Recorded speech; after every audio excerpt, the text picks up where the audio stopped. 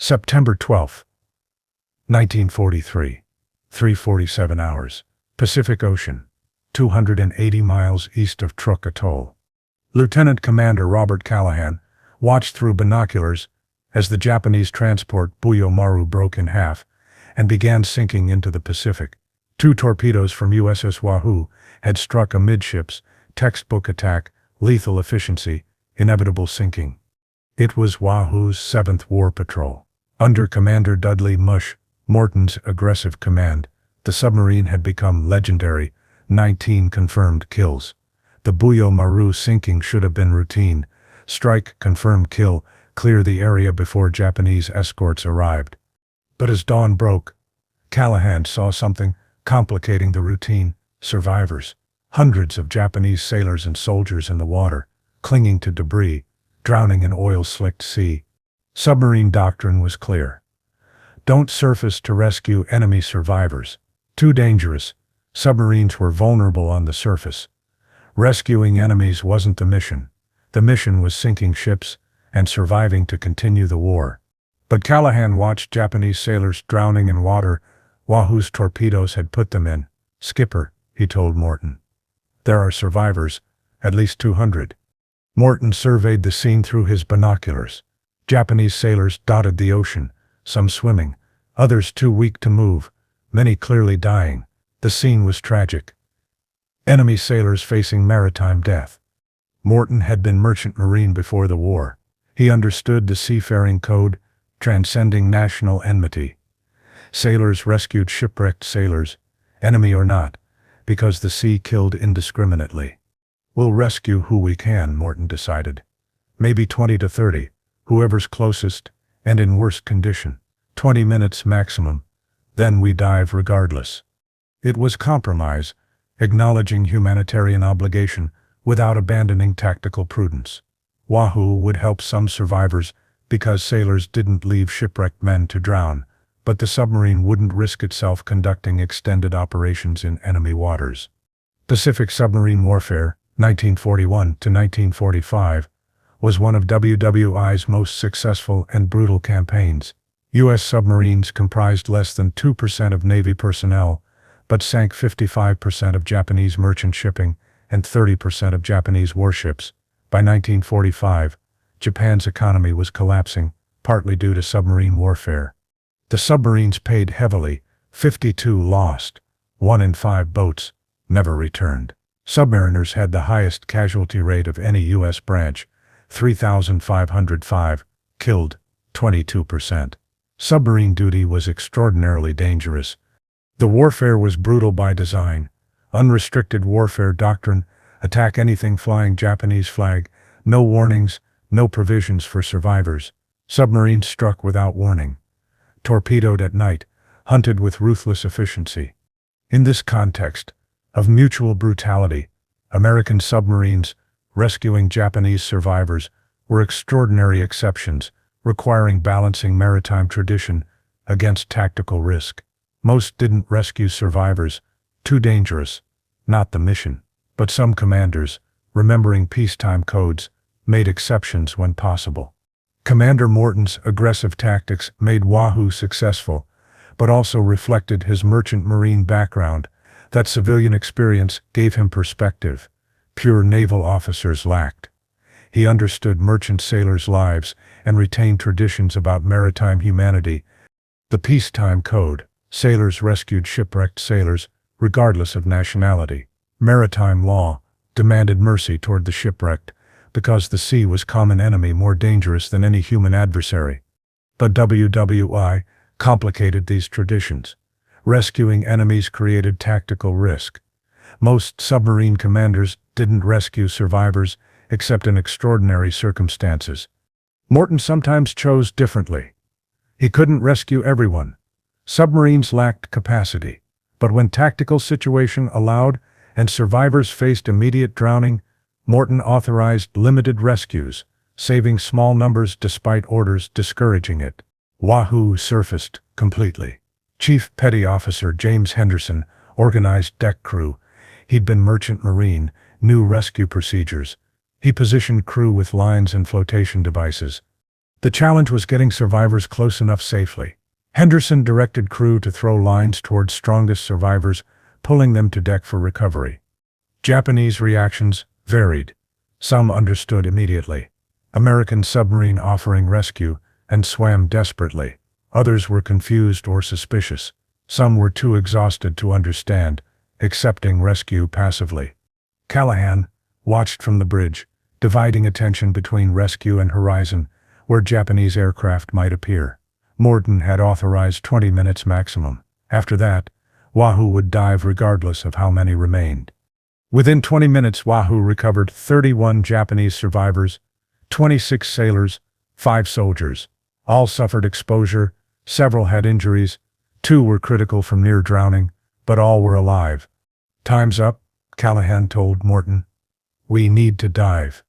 Morton looked at survivors still in water, at least 150 men Wahoo couldn't save.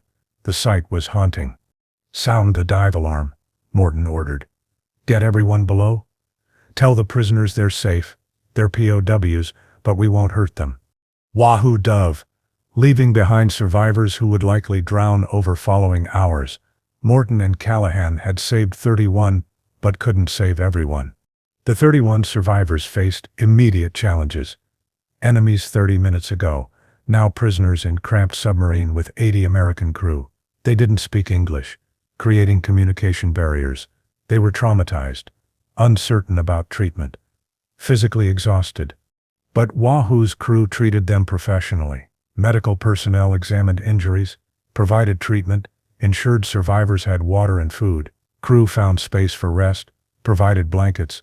One survivor was Petty Officer Hiroshi Tanaka, 23, who'd served 8 months aboard Buyo Maru. Tanaka had been trained that Americans executed prisoners. Propaganda said surrender meant torture and death. Instead, Tanaka received medical care for his injured shoulder, was given water and food, a place to rest. An American explained through gestures he was prisoner of war, would survive. The cognitive dissonance was profound. Everything about American brutality, contradicted by Submarine saving his life and treating him decently. Over 2 weeks, as Wahoo completed patrol, Tanaka and other prisoners interacted daily with Americans, limited by language, but developing grudging respect. Americans treated prisoners firmly but without cruelty. "I expected to die," Tanaka recalled in 1987. "When torpedoes hit, when I was drowning, I thought that was my end. When Americans pulled me from water, I couldn't understand why. Why save enemy sailors you defeated? They treated us as humans who'd been shipwrecked, not hated enemies. That changed how I understood Americans." Wahoo's rescue wasn't unique, but was unusual. Most submarines didn't rescue Japanese survivors, but some commanders made similar choices. USS Ceylon rescued 7 Japanese after sinking transport, discovering some were Allied POWs. Ceylon rescued British, Australian POWs, and Japanese guards, treating all as medical emergencies. USS Pampanito rescued 73 Allied POWs and 5 Japanese guards after sinking transports. Crew provided medical care to all, including guards who'd been prisoners' captors hours earlier. USS Tang Commander Richard O'Kane, former Wahoo officer who learned from Morton, authorized rescues when possible. "We're warriors, not murderers. When we can rescue survivors without risking the boat, maritime tradition demands it." These were exceptions. Most attacks didn't include rescue, but exceptions demonstrated that even in unrestricted warfare's brutality, some commanders retained maritime traditions. USS Wahoo was lost October 11, 1943, 1 month after the rescue.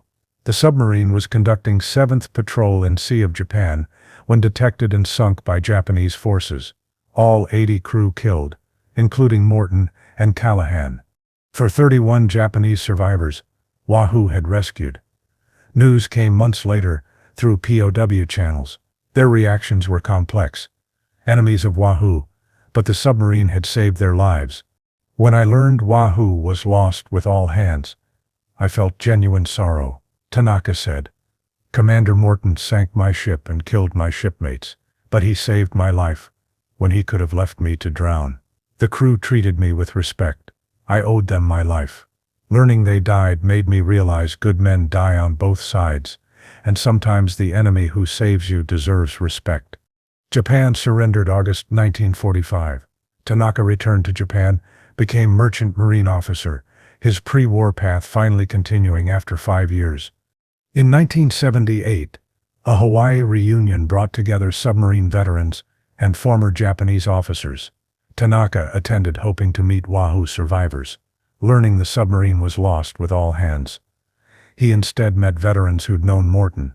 Tanaka told his story, being aboard Buyo Maru when torpedoes struck, drowning in Pacific, American submarine surfacing to save him, receiving care from enemies. "Commander Morton was my friend," said a retired officer who'd served with Morton. "He was aggressive but humane. He believed submarine warfare didn't require abandoning maritime traditions. That he saved your life doesn't surprise me." That was Mush Morton. Warrior and sailor, brutal when necessary but humane when possible. The reunion created unlikely friendships. Former enemies connected by shared maritime service. Tanaka maintained correspondence with American veterans for life. Attending reunions, always mentioning his presence was possible only because submariners chose rescue over indifference. In 2006, the Navy held ceremony at Pearl Harbor commemorating Wahoo's loss. Tanaka attended, 86 years old, traveling from Japan to honor the submarine and crew. In September 1943, USS Wahoo sank my ship, Tanaka said through interpreter. "Most shipmates died. I was drowning, certain death had come. Then Commander Morton ordered rescue. 31 lives saved by enemies who could have left us to die. The crew treated us with respect. Medical care, food, safety. They didn't have to. They'd sunk our ship, mission complete. But they chose humanity over cruelty, mercy over indifference. That gave me 63 additional years of life. Wahoo was lost 1 month after saving me. All 80 died. I've carried guilt. Why did I survive when they didn't? But also gratitude. Commander Morton and crew were warriors, but sailors who remembered maritime tradition. They showed enemies can be humane, that war doesn't require abandoning compassion. I honor Wahoo not just because they saved my life, but because they proved humanity persists in war's worst brutality. They're remembered as warriors who sank ships. But they should also be remembered as sailors who rescued enemies when they could have watched us drown. That mercy defines what true warriors are. The audience, submarine veterans, Navy personnel, Japanese officers, listened in silence. Many cried. Tanaka's testimony transformed the memorial from military commemoration into recognition of warfare's complexity. Enemies who kill but sometimes show mercy. After ceremony, elderly submarine veteran Commander James Wilson approached Tanaka. "Thank you for coming. Thank you for telling your story. It matters that people know Wahoo wasn't just a killing machine. Your survival proves that." "I owe them everything," Tanaka replied. "My entire life, after September 1943, exists because they chose mercy. I wish I could thank Commander Morton personally. Instead, I honor his memory by telling this story, that the enemy submarine that sank my ship also saved my life, and that contradiction teaches more about war and humanity than any simple narrative of good versus evil. The story resonates because it challenges simplified warfare narratives. American submarines waged ruthless campaign, sinking 1,300 Japanese vessels, killing tens of thousands. The warfare was brutal, designed to strangle Japan economically.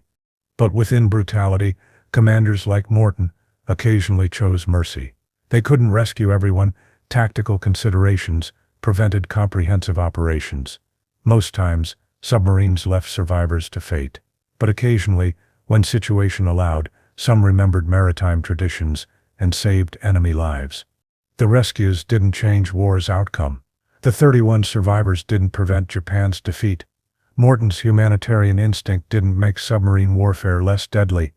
But rescues mattered profoundly to those saved. Tanaka lived 63 additional years because Morton chose rescue. 31 families learned their sons survived. 31 prisoners experienced humane treatment, contradicting propaganda. Wahoo's crew demonstrated warriors can be humane, that killing doesn't require abandoning compassion. The broader lesson extends beyond submarine warfare, even in wars fought without quarter, even in brutal campaigns, maximizing casualties, even when mercy seems impossible. Individuals retain capacity for humanitarian choice. Morton couldn't stop submarine warfare, but he could rescue 31 drowning sailors, and did, because maritime tradition and ethics demanded it. 75 years later, the lesson endures. Tanaka's testimony, his lifetime gratitude toward enemies who saved him, American veterans' pride that Wahoo showed mercy. These demonstrate humanity's persistence matters, not strategically perhaps, but morally, ethically, in terms of who we choose to be. Wahoo sank 19 ships, killed thousands. The submarine was an effective killing machine, but Wahoo also rescued 31 enemy sailors, treating them humanely. Those rescues don't erase killing, don't change strategic picture. But they prove that even in unrestricted warfare, even fighting without quarter, even when killing was the mission, individual submariners could choose humanity. They remembered before being warriors, they were sailors. They maintained traditions, transcending hatred. They saved enemy lives because doing so felt morally necessary, despite orders suggesting otherwise. That choice, Morton's decision to rescue, the crew's humane treatment, the retention of maritime humanity in submarine warfare, that's what makes the story matter. Not because it changed the war, but because it proved that even in war's worst brutality, humans can choose compassion. Even enemies can rescue each other. Even warriors can remember they're humans first. Tanaka lived his entire post-war life as testament to one commander's choice to rescue rather than simply kill. His survival, testimony, presence at Wahoo's memorial all prove mercy matters. Humanitarian choices echo through decades. The enemy who saves you deserves eternal gratitude, even though you'd been trying to kill each other hours earlier.